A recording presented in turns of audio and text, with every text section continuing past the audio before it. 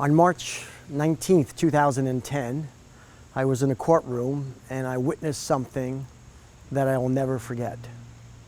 I had been a lawyer, a litigator for 30 years at that point in time, and there was a question from a judge and an answer from a detective that amazed me and overwhelmed me. It's the reason why I'm here today, the reason I wrote a book about it.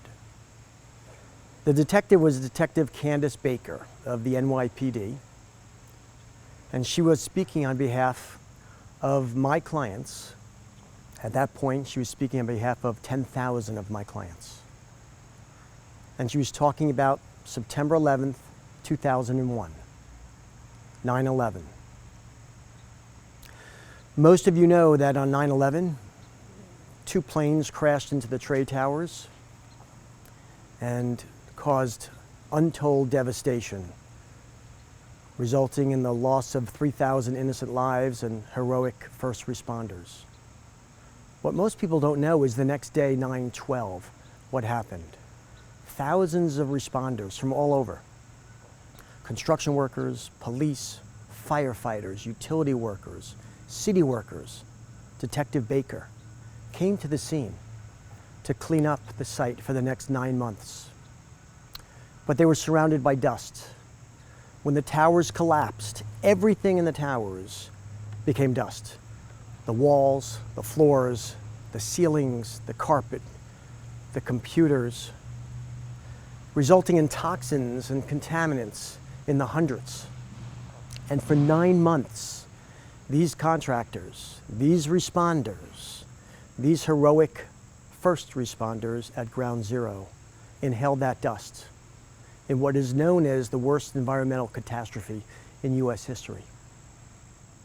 They were given very little or no protection from the dust, and they inhaled it, and that dust had the same pH as ammonia. Then the illnesses started happening. First asthma, respiratory illnesses, gastrointestinal illnesses, skin conditions, upper respiratory conditions, blood cancers, solid tumor cancers. Incredibly, the people in charge were not taking care of the responders.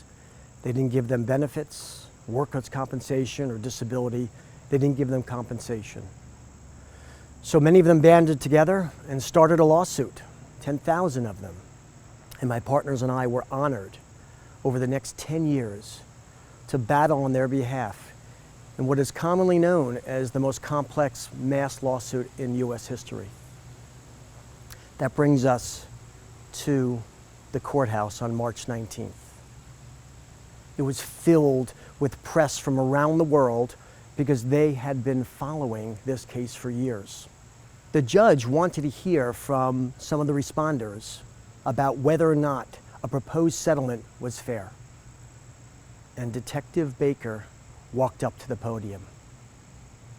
She shared her story with everyone, what she'd been through. Right after 9/11, she went down to the site, and for months she worked there and at the city morgue and at the Fresh Kills landfill, working on the dust in the pile, inhaling the dust, ultimately succumbing to many injuries. At one point, she got cancer, causing removal of both of her breasts. And there she was, talking to the judge, and he asked her a question that stunned the whole courtroom. He said, "Detective Baker, what do you think my ruling should be about the proposed settlement?" So here was her moment. 9 years after 2001, 9 years of being denied benefits, compensation, validation. Here was a chance to say, take care of me. Give me benefits. Why didn't you give me compensation? Why didn't you give me better protection? Why didn't you warn me about the dust? And instead of saying me, she said, if I had to do it all over again, Judge, I would do it all over again. You could hear a pin drop in the courthouse. I was amazed, stunned, overwhelmed, and emotional. At that moment, I realized the story of 9/11 and 9/12 wasn't just about the worst environmental catastrophe. It wasn't about the attack on 9/11. It wasn't about the rescue. It wasn't about the cleanup. It wasn't about the litigation. It was about all of those things. But it was about the selflessness, where thousands of first responders came to the scene and banded together, and their priorities went from me to we. Okay, cycle to today. We're all going through three almost surreal events: COVID, racial inequality reckoning, and extreme political turmoil. The confluence of these three things is a once-in-a-lifetime event, and it's causing such strain and anxiety and dissonance. It's also a perfect storm. It's an amazing opportunity to see how can we create better harmony in our society. So I started thinking recently about Candace Baker and the responders who gave to we instead of me, and how I could incorporate that. And I remember going to an Uber driver, the next Uber ride that I took. I went into the car and I said to myself, don't just treat this person as a robot. Talk to her. Ask her about herself.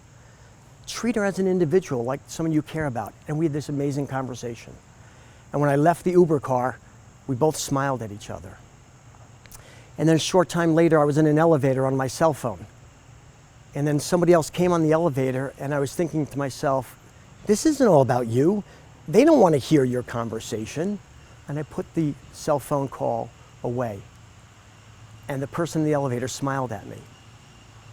And then a couple of weeks later, I was in the food emporium, our grocery, and I saw the same clerk that I'd seen regularly, time in and time out, who probably felt just completely anonymous in his life, just bagging groceries and no one talking to him.